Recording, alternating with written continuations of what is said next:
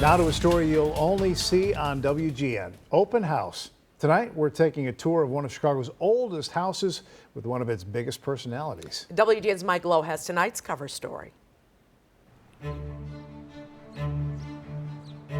The Clark Ford House claims to be Chicago's oldest, built in 1836. It's now a museum.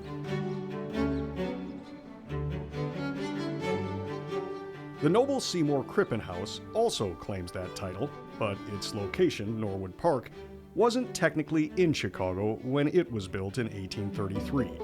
Either way, it is now the Norwood Park Historical Society. The Netterstrom House in Lakeview is among the oldest houses in the city, but this one is still a home. I live here now. I might be one of the few people still living in a building that survived the fire. Woody Slaymaker, Now maybe I need like a therapist to explain why. is only the fourth owner in the more than 150-year history of the house. I'm not a particularly picky person, but there are a lot of inconveniences that come with this home. The biggest one would be plumbing. The next would be insulation. There's no insulation. What it lacks in modern amenities, it makes up for in historical charms. As the 67-year-old Cleveland native labors in the yard,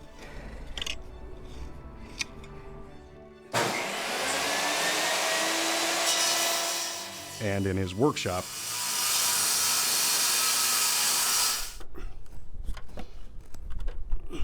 it's clear he is perhaps the perfect person to preserve the historic home.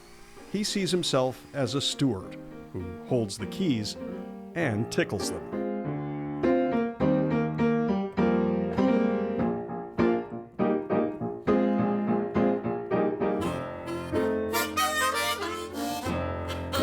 Slaymaker is a Renaissance man,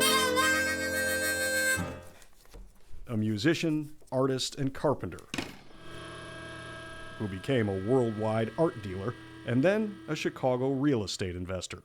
I took all of the money and I put every dime into real estate in Chicago. So every penny of my profit went into real estate instead of art. At one time, he owned more than half a dozen buildings on Clark Street, but his heart is in this property, where he raised his two daughters. Did you have a sense that this was like different from your friends' houses? Yes, I would go over to my friends' houses and their houses were much more modern and maybe easier to live in, but they always enjoyed coming over here as well. What did they think when they came over? Well, some of my friends really liked it, but others would refuse to spend the night because they were a bit scared of staying in the house. She also gained an appreciation for history and Hollywood. These are the Slaymaker daughters with Johnny Depp, part of his 2009 film Public Enemies, a gangster story set in 1930 Chicago. Come on, get out of here, beat it, scram! Was filmed with props from the house, like this apothecary, which is now used to store family photos. And so what we're doing today is we're going through our old family books. Here, I found some good ones in here. We've just been sort of reviewing old pictures of the house. Wait, this one's really funny. Look at Martha here. Look at this. Here's a good one of the two of you. The downstairs walls are decorated with original frescoes, painted on the plaster. In this dining room, if you enter it, draperies are spectacular. The home is one of the only remaining examples of early architecture in Lakeview, a combination Queen Anne and Italianate home built by Charles Netterstrom. Netterstrom was a Swedish immigrant skilled in business and building. The windows served as showcases for his construction business. It's such a strange house is because it was built at 3 separate times. Displaying various styles like arched bricks with keystones, You can see the one curved here. or flat arches with decorative red terracotta.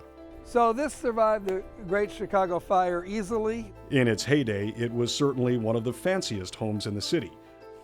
What I'm doing is I'm binding a node. But by the time Slaymaker bought the property in 1993, it had fallen into disrepair. That's the problem with an old home like this, is that it's a painstaking effort. It's almost really honestly a full-time job. I don't know why I do it. I think I just do it because I love the house. Restoring its glory has been a labor of love These shutters are very cool, the way they come in and out of the wall. and a project of purpose for Slaymaker. Radiators were custom made and put into this house. So this is how the radiators turn on and off. It is the heat of the home now. And then over here, I particularly like this piece of stained glass. Who took us on a tour of the 22-room home.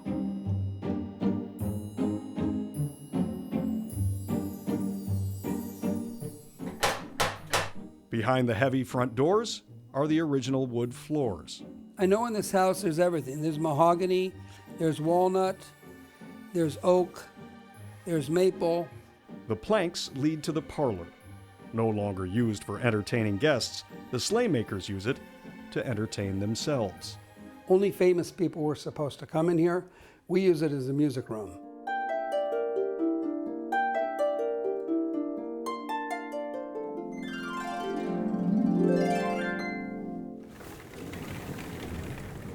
The design draws your attention to the center of the home, the aptly named drawing room. So you think of people dancing in here, this would have been a little ballroom.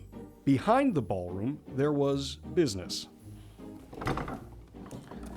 Now, Mike, we're entering the gentleman's smoking office. And this is primarily in that point in time where the men would retreat after dinner and they talk about politics. The desks in the office were originally the property of the Atlantic Mutual Insurance Company, the famed insurer of the Titanic. When the great ship sank, the company paid out claims with checks written on these desks. I like old things. I like things with history. I like things that have a story. The home itself is a story, told with the help of a how-to book. This is a picture of Muriel Piet with me. Muriel Piet was a former owner, and in this photo, Woody is showing her how he's able to accurately renovate the home. They show here what something would look like. They show here as an illustration which a carpenter can figure out how to build it. So I was able to use this half of everything, doors, repair everything, because of the illustrations and make sure they were done to period. On the second floor, a long hallway lined with art leads to the bedrooms. This room here is my daughter's room. This is Martha's room. They're solid brass, and they were originally with the house stored away by the old owner, and these are Native American doorknobs. We followed him down steps and up them, all the way to the home's highest point, the distinctive corner tower. So this room originally, Mike, was the chapel. When I bought the home, this whole room was this deep in cobwebs. The home also boasts a greenhouse and a stable, which used to house horses and buggies, but now functions as a hybrid workshop and art studio. Slaymaker also stores thousands of artworks here. These weigh about 150 pounds each. This is Diane Barbie. She's out of Arizona. Art, like architecture, can tell the story of a bygone era. This home holds the history of Chicago as it was rising from the ashes of the Great Fire, which destroyed the home's original property records. A lifetime of pictures. What is it like to be maybe the last person living in a home from this era? I suppose I'm still here because I'm stubborn. The stubborn steward, proving every day that home I like art. is where the art is. In Lakeview, Mike Lowe, WGN News. The home became a Chicago historic landmark in 2018. Woody Slaymaker says he hopes to turn it into a bed and breakfast or museum someday when he can no longer handle the upkeep.